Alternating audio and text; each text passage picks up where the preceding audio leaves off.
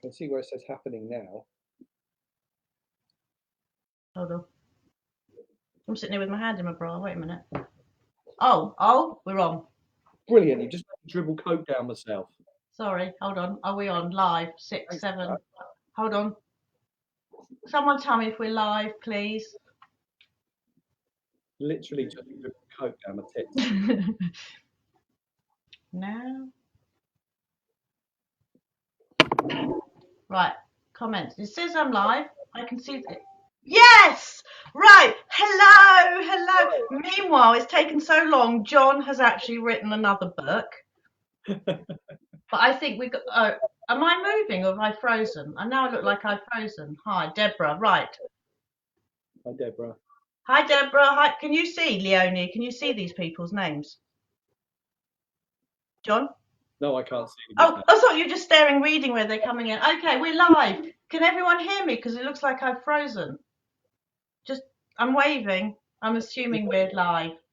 Yeah, everyone's telling us we're live, so I'm assuming we're alive. So we're going to start again, and I apologise to anyone and everyone who's John and I've done this, been there, done it already. It's now 8:10. We've been chatting for 10 minutes before realising we were actually not even going live.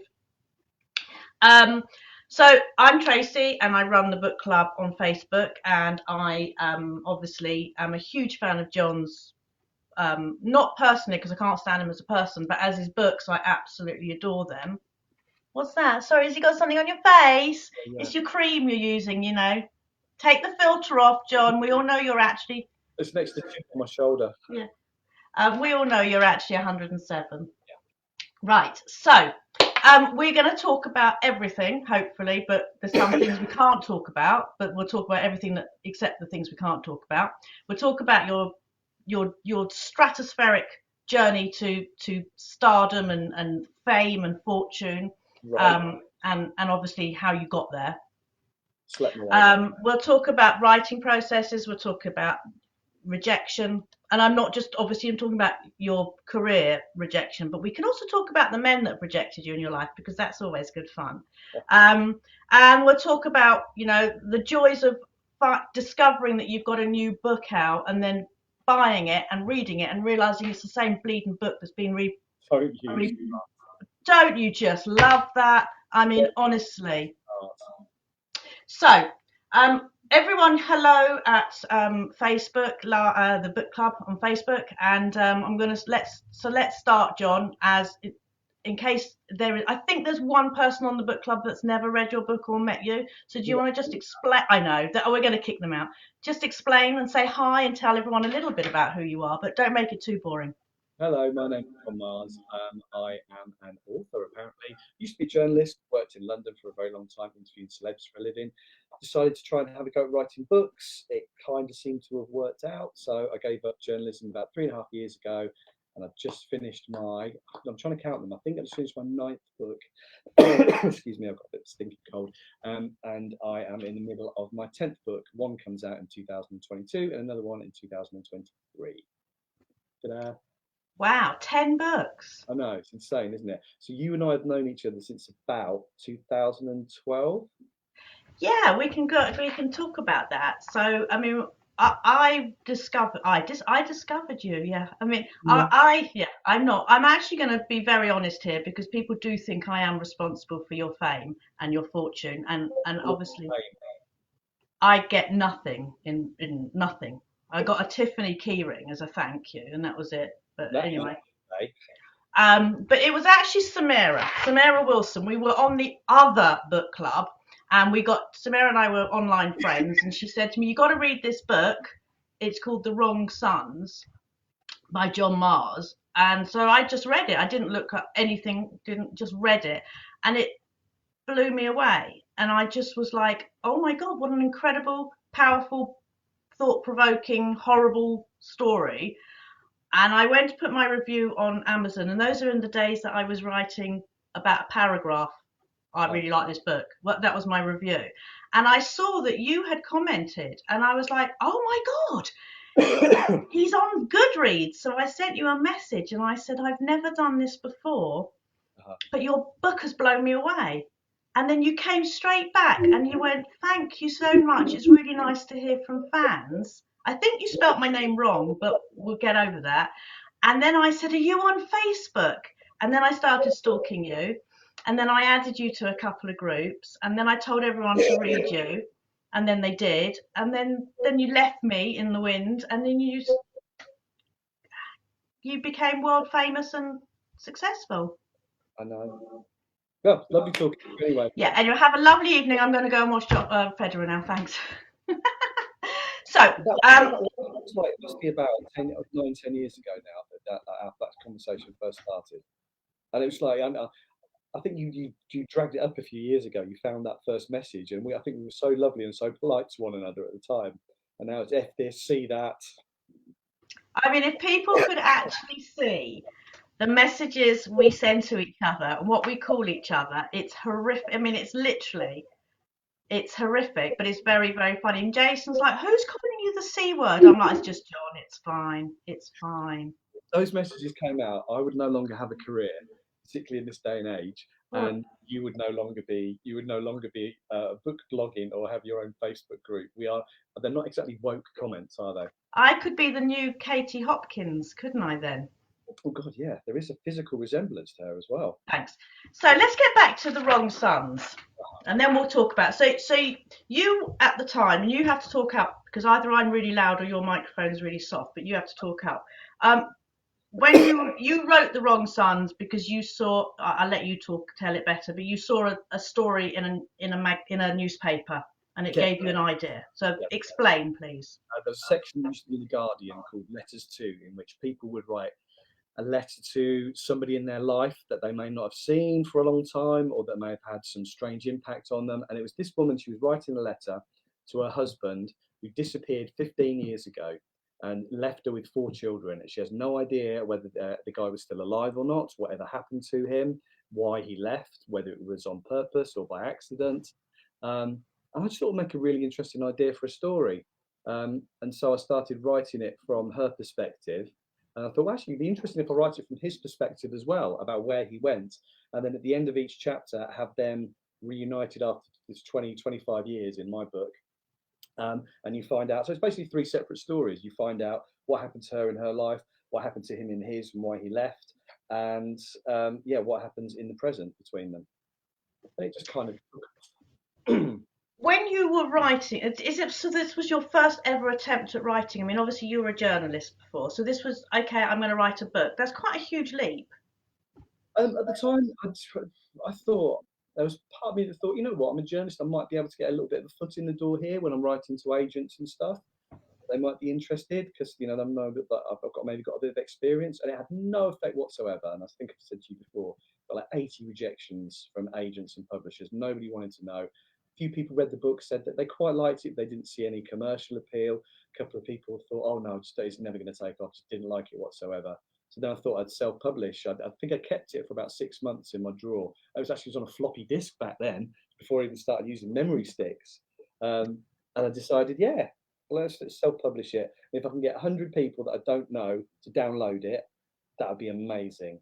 And then it just kind of took off when I self-published. Then it got taken on by a mainstream publisher, and then it just kind of exploded. Now, I mean, it was a divisive book. I mean, I don't know if there's many people that haven't read it, but it was quite.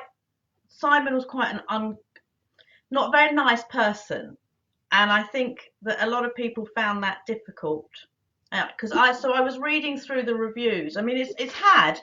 Do you know how many reviews it's had on Amazon? 4,348 reviews. Wow. And I printed them all off. So we're going to go through. I'm joking. I haven't really. I just, as you know, we love a 1-star. Oh God, yeah. Don't we? I mean, the 1-stars are just, some of them are just classic. So, I mean, there was 3 out of the 473 that I thought were really good. The first one called it mawkish, melodramatic, coincidence-riddled book, close to being the worst thing ever published. Don't waste money on it. So completely implausible, so populated with cliches, it actually made me very angry. Excellent. Okay, that was Louise Beach. Some folks was going to say it's a vote to response. That's got to be a good thing. Um, then we've got, I love this one. 3 words. Editor was asleep. You know what? If they read the original version of it when it was self-published, I totally agree with that. As there are so many, I can't even look at it. I've got it up on my shelf here somewhere, and I can't. I'll show you. Even the format. I've got it. I've got the original one. It's like even like the formatting of like each kind of page and the way there's a line between. It's like and I didn't have a proofreader. I thought, oh yeah, I can rely on myself to do this. So when it came out again, when it was actually published, then it had a proper editor behind it, and it's a bit better, I'd like to think. But my all-time favourite 1 star is, and this is a great book, an excellent read. I couldn't put it down. Loved it. I would recommend it to anyone. Don't you love those people that haven't quite got the star ratings? But you know what? For every one of those you get, you also get one where they've given it 5 stars and they're talking about someone else's book. So they've basically put pasted a review in the wrong book. So you get 5 stars and it has nothing to do with you. So they kind of cancel each other out. This was the book that someone gave 1 or 2 star because it didn't fit in her handbag, isn't it? Yes. It is, isn't it? Yeah. Thanks, Mum. But she did, just because she's been buying her handbags at the wrong place. You need to take her out of Bon Marche and take her into like Primark. You get a much better sized handbag. You in Primark? I can never imagine you in Primark. I love Primark. I've got Primark knickers on. I'll show you later. So you wrote the Wrong Sons, and we got it a little, and it got a little bit of traction, I should say, when I told everyone on the other book club to read it. Absolutely. Had you'd all kind of given up on it by then, I presume? You just I can't even remember how many it had sold up until that point. I think you had 50 reviews, I think, at the time. Done beyond all my expectations for it. And then you prattled on about it, and God knows why, but some people listen, and it just kind of exploded. And a lot of people don't know that Amazon charts is not just about sales; it's about reviews, about how many people leave reviews, how many stars, how frequently the reviews are left, even how many words are in a review, all this kind of stuff. And so the more people who read it, the more people reviewed it. It kind of went into the charts. It became more visible for people to see in the charts. More people downloaded it, and that's when it came to the eyes of Thomson Mercer, a publisher.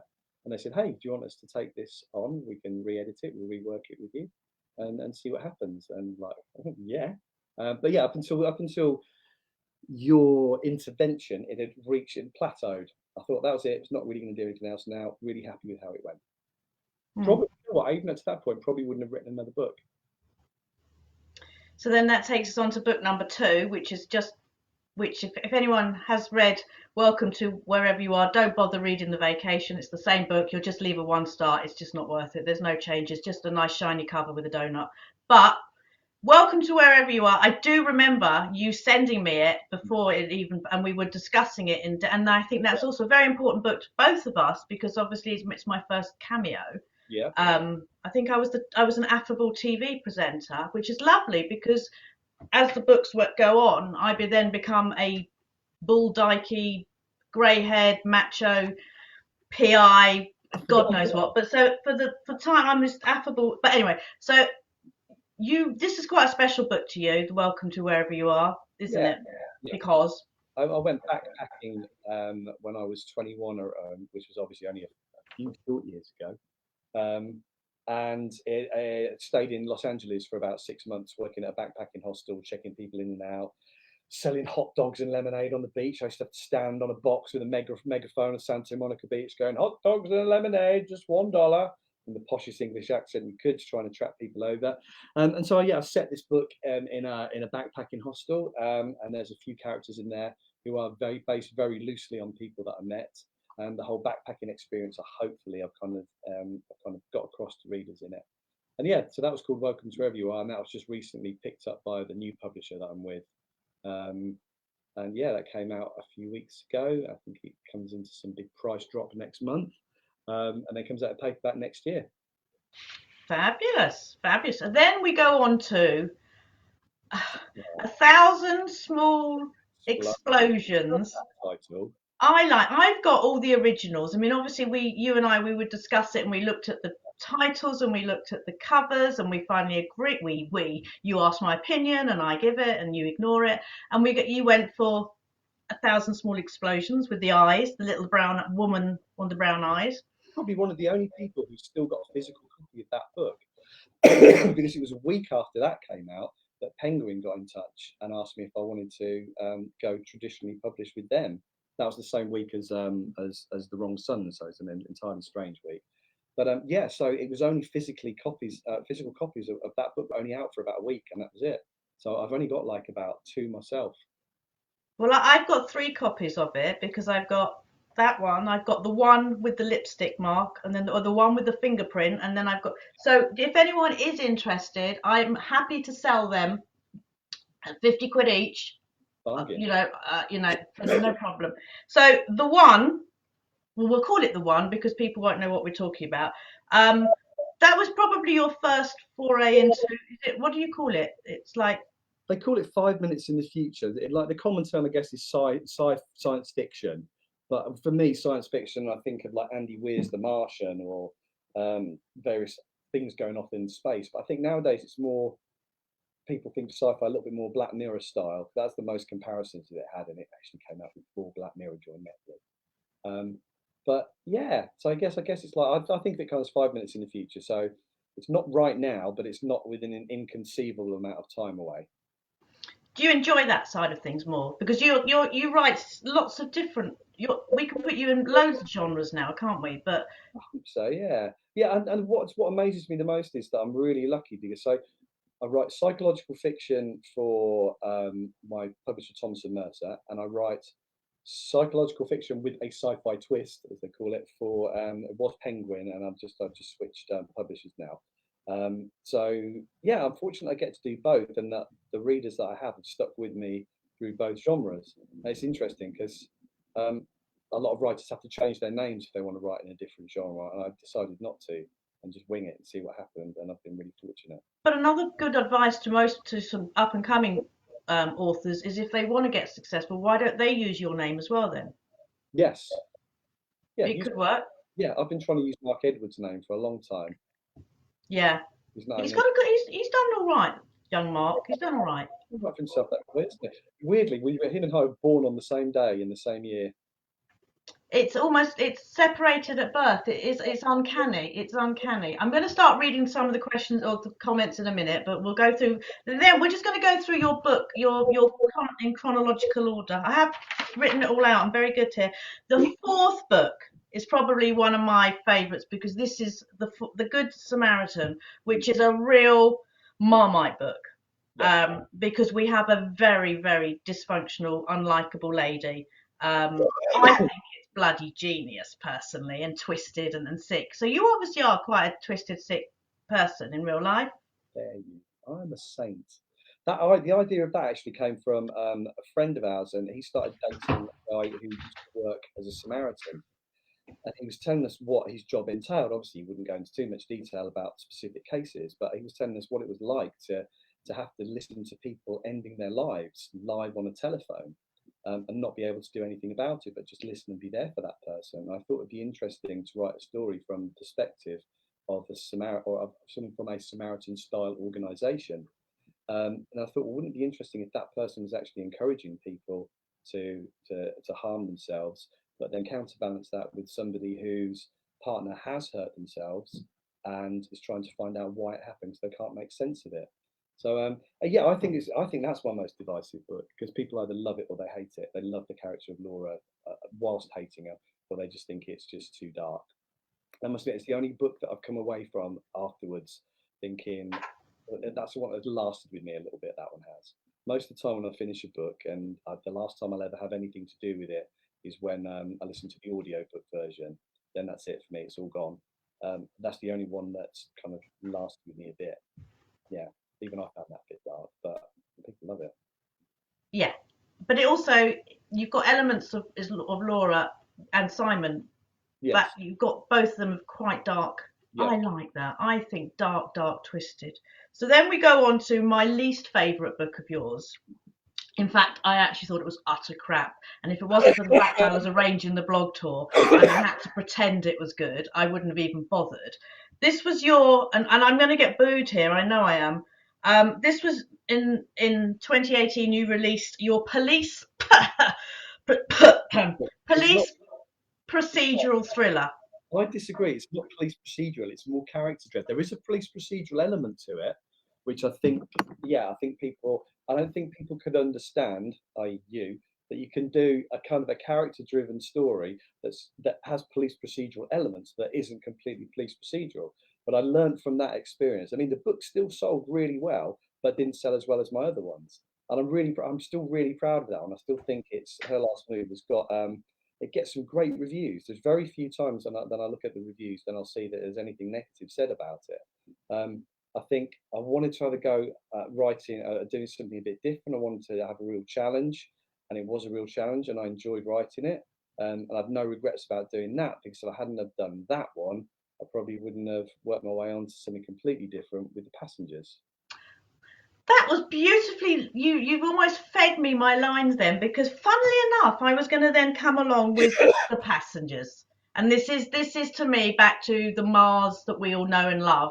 Um, so maybe people that love your Good Samaritan. I mean, if I look back at all of them, you've got the Good Samaritan and the Wrong Sons both have very dark characters, but then so does your What Lies Between Us. Yeah, But then things like Welcome to Wherever You Are and The Passengers, you have multiple storylines that all then link together. yeah. And the one, sorry, so you've got all three of those that link together. So so yeah, I mean, The Passengers is great. I mean, because you are able to just go a bit wild in your imagination. Yeah, that was quite good fun. I enjoyed that writing now. And when I remember when I kept writing it, I was saying to my now husband, who's I think a fiance at the time, that I didn't think there was enough cliffhangers in it, or I didn't think there was enough propelling it forward. But then I don't read it for a couple of months and go back to it and think, actually, you know what? Yeah, it's got kind of. I quite like doing those short, snappy paragraphs, not short, snappy, sorry, chapters with um, yeah, they just don't go on for too long. And then with little cliffhangers at the end that make you want to turn the page and make you want to keep reading. And yeah, I had no idea how that one was going to do, because if you think, oh, it's a book about driverless cars, then that's going to put people off. But hopefully, when they realise it's going to be a character-led story, and then that driverless cars is an element of it, it's almost like an extra character, but it's not just about them. But strangely enough, or not strangely enough, but three of your books, when they came out, coincided with real life news events. Yes. So we can, like, for example, the one there was talk about DNA type of Yeah. of a dating mating. Then Everything. you had the passengers. You had all of a sudden there's driverless cars are being talked about, Yeah. and then the Good Samaritan was the unfortunate case of the young girl who did talk her boyfriend into committing suicide. Yeah. I So remember. yeah, so does that? How do you feel when you see those stories? I'm either slightly psychic or slightly psychotic. You get to choose. So do you know what the lottery tickets are this week? Fortunately, not. No. If I Ah, did, I wouldn't be talking to you from a house in Northamptonshire. I'd be talking to it from my yacht in Barbados. well, you are really, but it's just a backdrop, isn't it? It's your Yeah, filter. basically. So then the year later, Yeah. I'm After. reading. I'm reading off your website, by the way, so you might have to update it. In after yeah, a year. Here we go. So in 2020, that wonderful year that we all loved so much, came bestseller What Lies Between Us, a psychological thriller which has been optioned by Renée Zellweger's production Yeah. company, which is amazing. Now, I love this book because, again, it's twisted, it's sick, it's depraved, it's got dysfunctional family, it's got likable characters, it's got some shocking storylines, so it's absolutely right up my alley, so to speak. Right. That must have been exciting when Renee ring you, or did she like slip So into your DMs? it was my agent in LA who got in touch with us. So our son was born prematurely, 2 months prematurely, and was in hospital. And so we were living up in Halifax at the time. and just spending every single day with him in hospital, like from about 8 in the morning until 10 at night. And then we'd wake up in the middle of the night, phone the hospital just to make sure everything was okay with him. And just before I was about to phone, I got an email from my agent saying Renee Zellweger's production company wants to make you an offer. And I'm like, what? I had to pass the phone to John. I said, so I think either I'm dreaming or I've misread this. And yeah, so that was a bit of an odd one. So yeah, they're taking an option out on it, and fingers crossed they can turn it into something. Because I've got the Passengers also has been optioned, but I'm not allowed to talk about the production company of that. Oh, you heard it here first, guys. And which we haven't spoken about yet, the Minders has also been optioned, but again, I'm not allowed to talk about that any more than that.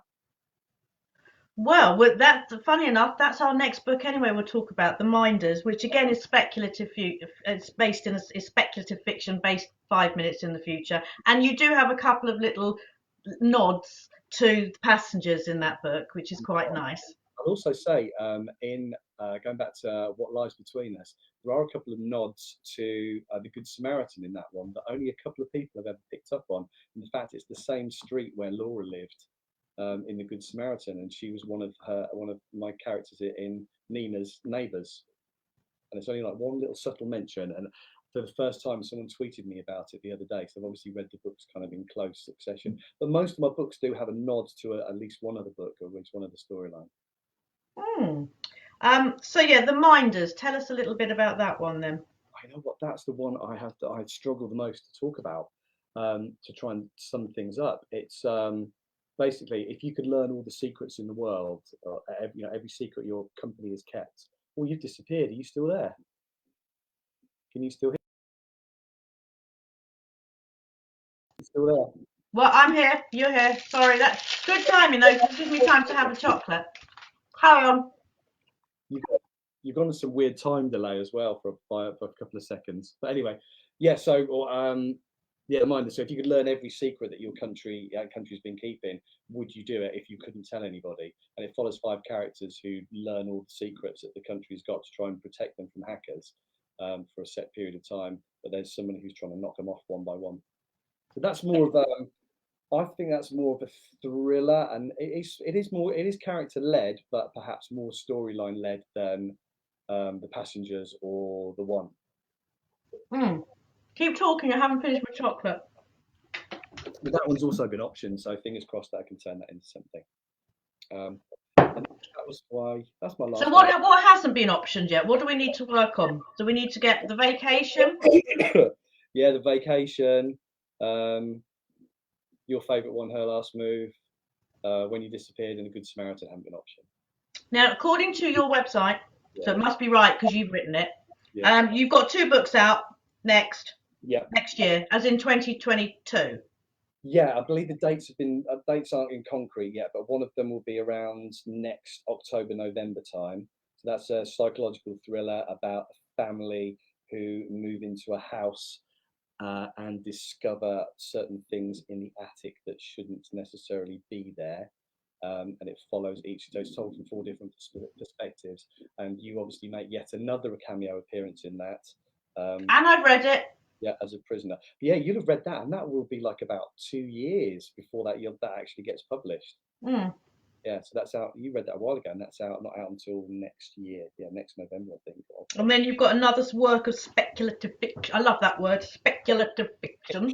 Yes, that I'm in the process of writing, so I'm about just over half the way through that one at the moment, and that is again set slightly in the future and involves you upgrading your marriage to a smart marriage. But in return for upgrading to a smart marriage, you get lots of tax breaks and things like that. But there are ramifications of it because your conversations are being listened to at all times. Again, that's more. It's more character led than the Minders is. So it's more the One than it is any of the other than the Minders or the Passengers. So it's more relationship based. So let's talk about you've taken a year off. Yeah. To do your kitchen up. Yes. And your garden, and have a child. And have a child, yes. Young Elliot. Young Elbot, yeah. Who's going to come up to being 2. Will you let him read your books? Yeah, one day. Yeah, if he wants to. I'm not going to force it upon him. At the moment, it's all about the Gruffalo, the snail and the whale. Um, he is obsessed with, or his first books, he was obsessed with what the ladybird heard, to the point where he goes outside in the summer and looks at the flowers, and when he sees ladybirds, he just shouts at them. He looks at them and goes, ah, ah! So he's yeah, he's good fun. So since becoming a daddy, has your attitude changed towards your writing? Are there things that perhaps now as a father or have you never really written anything that would you think twice now as a dad, as a father, as a responsible adult? Interesting question. Thank you, I tried. There's something that happens in the book that you've read that still hasn't got a title yet, that I did and ah about, because it does involve children. But I thought, you know what, I can't not write it just because I'm a dad now. I don't know if you've read, spoiler alert, but if you've read the first book, When He Disappeared, Stroke the Wrong Sons, there's the death of a child at the end of that. I think I would have found that a lot harder to write if I'd written that now, having had a little one. Yeah. So it hasn't affected anything that I'm going to write. I think I'm still going to continue going down the dark side. Certainly not going to write children's books, because people keep asking, "We're going to write kids' books now." You've got to no. Why would I? Do you think they just see you as like the new David Walliams? No, I'm not as funny or as creative as David Williams. No, I know. That's what I was going to say, because I couldn't see the connection either. Like his sales, but yeah. What? Oh no, you just completely thrown me where we were going with this conversation. Hold on, bear with. It's completely gone. We have got. Right, I'm going to just read some of the comments here, but you don't have to answer any. You can even just ignore them if you want. There's quite a few. We've got quite a few people online. Hold on. Gemma Myers will not be buying off the reviews, because obviously we were talking about the 1-star reviews, so don't worry, she'll still buy the book. But Josa loves 1-star reviews, and Giselle loved all your books, even without the proofreader. And someone else liked Primark, and Nicola also liked Primark knickers. I'm not sure where we're going. Okay, Leona would like you to know that welcome to wherever you are is still one of her absolute favourite of all John's books. Thank you, Leona. I have a soft spot for that book, obviously. Karen McKinley, she's my new John Mars, by the way. You know, I found Karen, and she is my new project, but just to let you know. So she'll be, this time next year, will be Karen on here. Dead to me. Yeah, she wants to know, is Thomas Mercer the same as Lake Union Publishing, the Amazon publishers? Obviously, yeah. Yes. Yeah, it's all Amazon owned. Rob said the donut sold it for me. I'm assuming he's talking about when I mentioned the donut, and not that you are the donut, because let's face it, we do call you. Sandra Hiscott is just reading The Vacation now. She's loving it. Thank you, Sandra. Some people have got no taste. Karen loved Welcome to Wherever You Are. Sally said her favourite is still 1,000 Small Explosions, aka The One, my first John Mars. She popped her John Mars cherry with that one. You don't actually get to choose your titles a lot of the time. I think the bigger you get, the more you get to choose the titles. But when you get to a certain stage, your publisher thinks, well, you know, this is the cover that we're going to have. Here are a few options. You can give your comments on it, and the title as well. They come up with some titles now. Leona's talking about titles. She loves 1,000 Small Explosions, and Hala Hala thinks the original titles are better. Great title, says Eileen. Hang on, let's have a look. 1,000 Small Explosions is one of Denise's favourites. She much prefers that title to The One. Someone is just messaging me privately. Hold on. Oh, are you still on the phone to that twat? Hold on. So then, let's have a look. Karen Daniels always gets Mark and John mixed up. Right. It must just be the uncanny. I've met Mark a few times, as I'm sure you have as well, and he is a lovely guy. He's a lovely guy. So he started off pretty much self-published, and he's done brilliantly for himself. Yeah. Deborah is just messaged me something. Deborah, I've got your message. Unfortunately, I can't ask that question for legal reasons. So Sarah House, she loved The Good Samaritan, and she's just posted her copy to her daughter in Italy.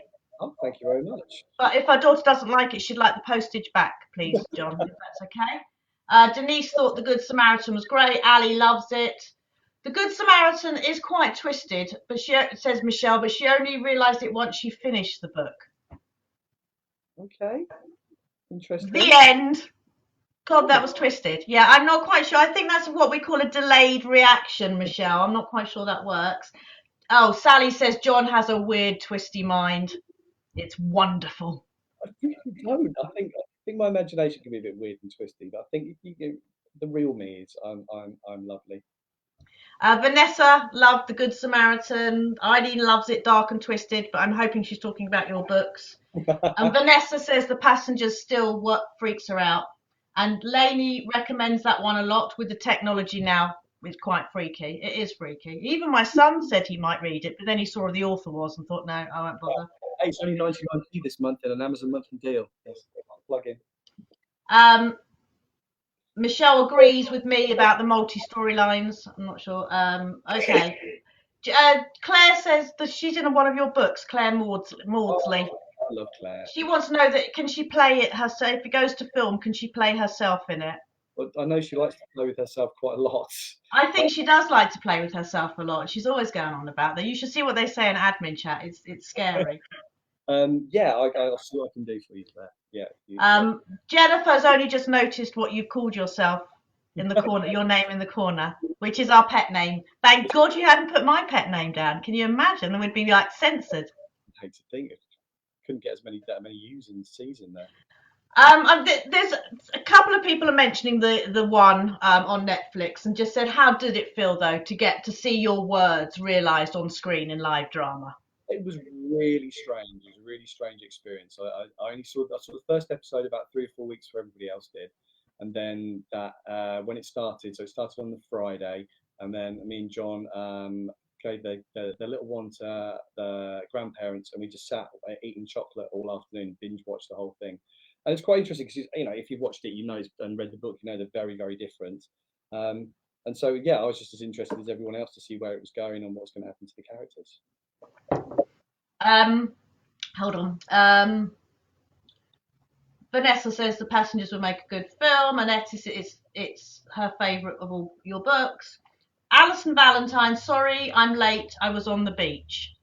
Oh. You can really dislike people just when they say that, because I'm sitting in a shed in the garden and it is pissing down with rain. But the funny thing is, I'm dressed from here and then nothing underneath. So I've now got to run through the garden with my butt hanging out in the pouring rain. Maybe but anyway, really crap somewhere. Say that again. Maybe she's sitting on a really crap beach somewhere. Yeah, let's hope. Let's hope it's got lots of shingles and lots of like big stones and slicks, dodgy. Yeah, like seaweed and don't like people on the beach. Sorry, Karen. Comment of the year. Wasn't a fan of The Passenger. Sorry, John. I love how these people just can be so open with you. It's like going up to you and saying your child is really ugly. It's that's one thing I've learned. It's very strange. So when the one came out on TV, people were very vocal about whether they liked it or didn't like it, which is fair enough. But it's the first time I've ever had people just messaging me with comments, the people who weren't keen on it, just messaging me with comments saying, I really didn't like this. And I don't really know how I'm supposed to respond, so I didn't really. But then for every one of those you'll get people say, I really enjoyed it. It's odd because it's like, I wouldn't like message you, Tracy, if I didn't know you and say, I don't like what you've done with your hair, or I don't like posters behind you in your house. It's an odd thing, but if you write a book and you kind of put yourself out there, people kind of think, okay, yeah, maybe I can. Well, I think that's it. That is it. I think that with social media as it is, and all the Facebook and the groups you can only connect with people, and you become that more touchable. You're approachable, and people think you're human, which is strange. And then they think they own you, and they think they've read one of your books, so they have the right to critique it or tell you that they liked it. And at the end of the day, who gives a shit? Just read it, stick a review on Amazon. Yeah, that's why I don't really read that many reviews anymore, because I think reviews are from one reader to another. It's like it's giving one person advice to another about what they think about the book, and to be honest, it's got nothing to do with me. And I have my opinions on books that I read, and there's not every book that I like that I read that I enjoy. So I know some authors get a bit funny about reviews, but no, I don't at all. But Like you can't. There's the old saying: you can't please everyone all the time, and everybody's read book is a journey to themselves, and it depends on your frame of mind. It depends on what's going on in your life. You can read a book that can break you if you're in a certain emotional stage in your life, or you can read the same book a year later and that doesn't affect you. So right, so hold on, let's have a look. Paige is fangirling so hard right now. I think I'm not sure if that's for you or for me. I think it's for you, but hi Paige, if you want, I'll send you an autograph, it's fine. She says, oh no, it is for you, because she says your books are incredible. My absolute favourite is the one. Okay, thank you, Paige. Hold on. May she's being such a fangirl. She describes John's books like red wine. Brings me out in blotches personally, but I don't know what that. She hasn't met one she didn't like. I'm not sure how you meet a book, but prefer some are better than others. Yeah, definitely. I agree with you totally on that one. Hang on, for these messages coming in. Hold on, let's have a look. When You've Disappeared is the best book. It's brilliant. And then Sherry Miller says nothing is more fearful than raising a child. No, I agree with that. Paige has joined late. Can you tell me if there's any more books coming soon? Yes, we've got 2 more books coming next year. We've got a speculative fiction, which we can't talk about. And then we've got another book about something up in the roof, which you can't talk about. Claire's going to be famous for playing with herself, she's just said. Shed my ass. I think because she knows I'm not actually in a shed, but I have to play down. Right, so Susie Lubes, our lovely Susie Lines, S-E Lines. What does the E stand for, Susie? She says, do you think that once you are successful, people stop seeing you as a person and start seeing you as a commodity, and that this is why they throw 1 stars your way, simply because they didn't like the book as much as the last one? Yeah, I think it used to be like, yeah, but I don't. I know that I've had a certain amount of success, but I don't necessarily feel like massively successful. I feel I can compare myself to a lot of other people who sell a lot more than me, and I think that I think of them as successful. Don't know. It's hard to explain. It's like, what do they call it? They call it imposter syndrome, don't they?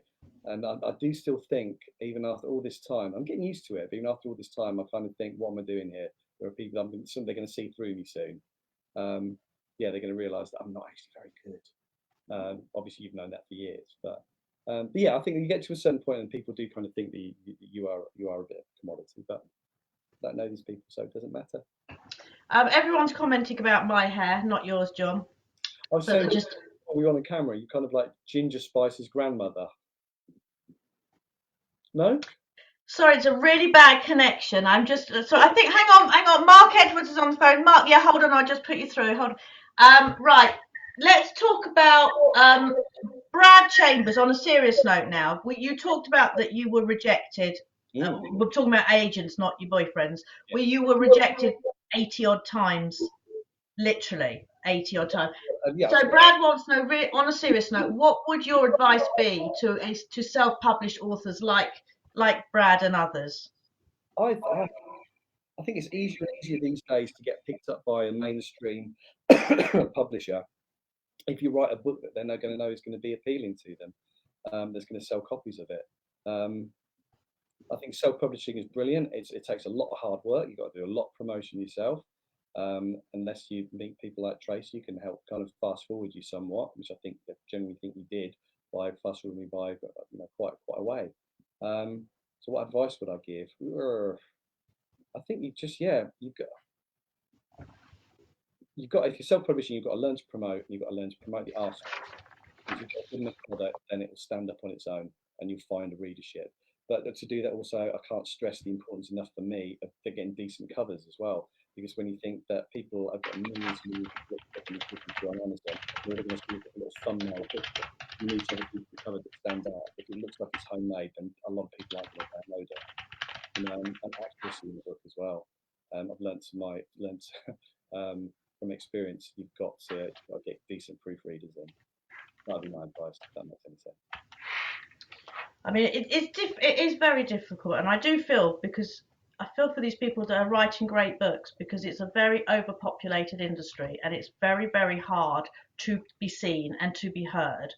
And also, it's the industry is, and I'm saying this as a reader, not, I mean, I'm not in the industry, I don't understand the industry, I have no desire to be in the industry, but it goes very much on what's in fashion. So for years it was the girl.